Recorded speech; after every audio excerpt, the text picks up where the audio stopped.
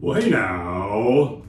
Welcome to Fitz's Electric Bar. I'm moving out of the listening room / living room into the hallway, into the stairs upstairs. So my brother was saying, you need to move it around a bit, not have the same backdrop, but I'm running out of places to go. So why not try on the stairs? So this is Fitz Electric Bar. Welcome. And again, if you don't mind subscribing and liking down below, that's the end of the advert for today. And welcome to Singles Going Steady. This is episode 4. Just to recap, I grabbed 10 45 RPM 7-inch singles from my collection. I just grabbed the ones that are up next. They're not chronological at all or alphabetical. And pulled the 10 out. One of the fun little games I'm playing with this is there an Elvis Costello single in every single bundle of 10 that I grab?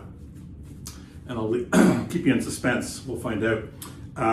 First one, I mentioned this in one of my videos. If you haven't seen it, it'll be coming up. I don't know when I'm releasing it, as it were. But Husker Du. And this is Husker Du, Makes No Sense at All off Flip Your Wig. Just a killer single.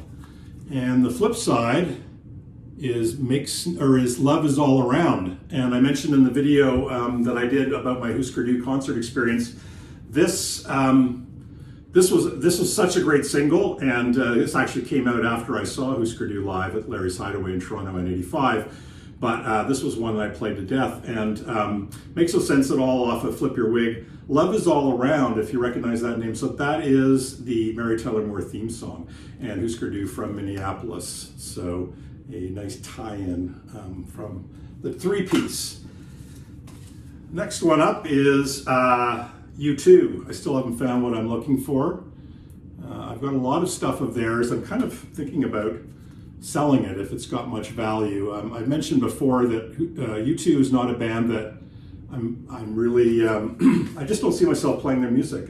It's not that I dislike them, but I feel like I'm sated in my U2, so I might get rid of that. But 7-inch, still haven't found what I'm looking for many years. A Vancouver Canucks song that they played when they'd come out before they played. REM, and the cover is Superman. So this was off of Life's Rich Pageant, and an instrumental on the other side called White Tornado, which was an outtake from Reckoning.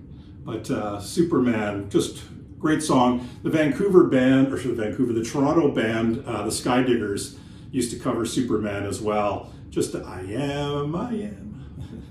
Okay, that's enough, Fitzgerald. But Superman, such a good song. I'm gonna have to play this after I finish this. So good. The Housemartins. Some of the greatest harmonies, very tight band.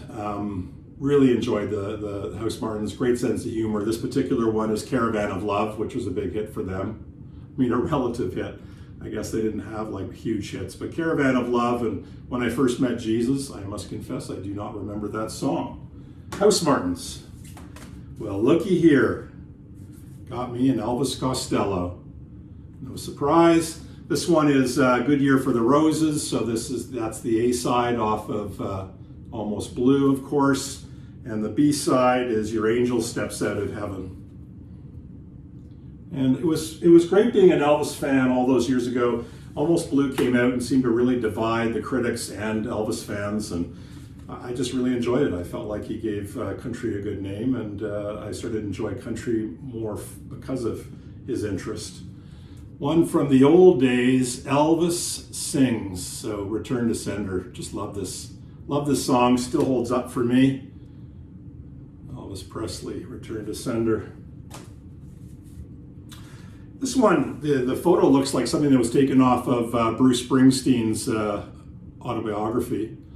This is My Hometown, and then a live version of Santa Claus Is Coming to Town. I don't know if he has a recorded version, but I can remember the first time I saw Bruce Springsteen, which was on the Born to Run tour, and it was right before Christmas in Ottawa at the National Arts Centre, and what a show. I mean, it was incredible, and also they came out, and Clarence Clemens, famously as he did before, but I never knew that he was going to do that, came out and played Santa Claus, and it was just great. The crowd was going nuts. It's another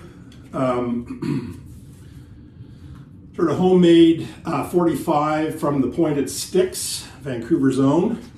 I mentioned before, this is the same kind of thing. It's came in a slip, kind of like a protective sleeve, because it was just very simply put together.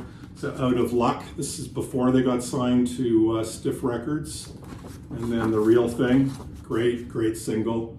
Got to see them at The Edge in Toronto around the time, I think, or before they were signed to Stiff Records. So it looks like a self-released, I think, Quintessence Records, I believe that would be maybe their own label. Not really sure. And a little insert in there as well. Pointed Sticks, as I mentioned, went on to get signed by Stiff Records and put out a record called Brutal Youth, which was pretty good. Lou Reed, Lady Day, off of Berlin. And How Do You Think It Feels? Yeah.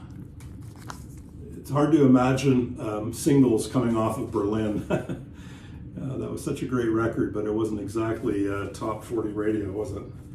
And finally, the Sex Pistols, Anarchy in the UK. This one holds a special place in my heart, because next to the Stranglers, I think, we were getting stories about, it's $1.87, I think, for this particular single. And this is, I think, a British single. I just remember that time, being into 70s rock and hearing about these guys that were pissing everybody off and spitting and throwing up. And I was sort of simultaneously disgusted and fascinated by the whole thing. I knew that there was something going on that was very rock and roll about what they were doing, and was following it. And then bought that. And I remember I was in university, and we were taking a geography class, and one of the things was geomorphology, I think, and they were talking about earthquakes and tornadoes and things like that. And one of the guys in residence, a friend of mine, Richard, and I used to put on Anarchy in the UK before we went off to learn about tornadoes and earthquakes and destruction. It all seemed to fit perfectly well together. Carpe diem, MFs. We'll catch you on the flip side. Take care.